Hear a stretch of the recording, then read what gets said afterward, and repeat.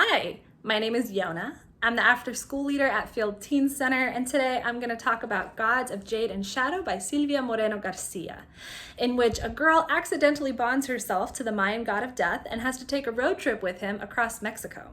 I read it as an ebook. This book isn't specifically marketed at teenagers, but I would have really liked it as a teen, and I think a lot of you will too.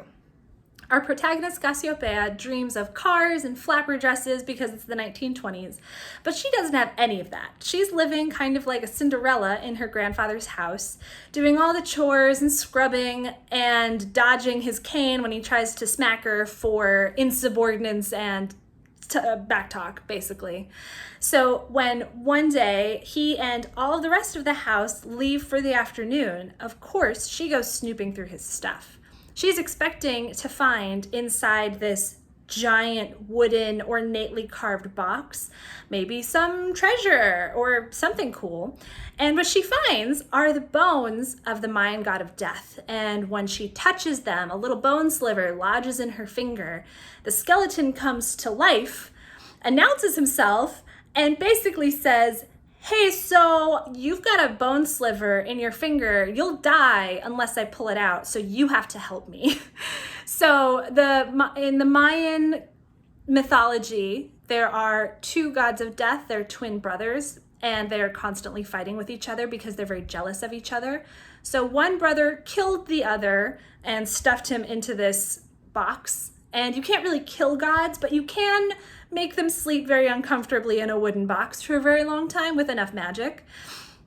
And to add insult to injury, or perhaps just as part of the magic, his brother has stolen several body parts from him. He's missing a finger, an eye, and I believe a piece of his ear, if I remember correctly.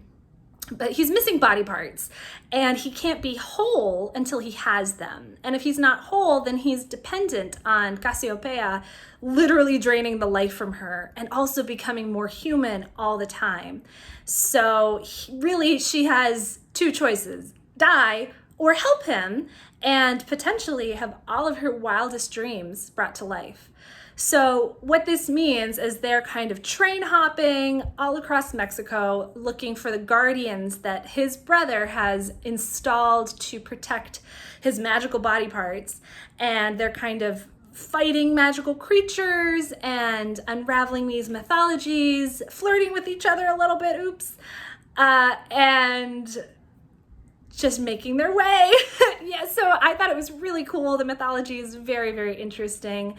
And in sort of a way that reminded me of American Gods, because it's this tour de force of all of these different myths and legends, and we're also seeing different parts of the country at this really interesting point in history. The chemistry between these two characters was fantastic, and I just blew through this book. I read it in like a day because I really wanted to see what would happen, and I was so into the dynamic. So I hope you'll check this book out. I hope you like it. If you want to share something with us about it or anything else, you can get in touch with us on Instagram or by email, and both of those are in our description box.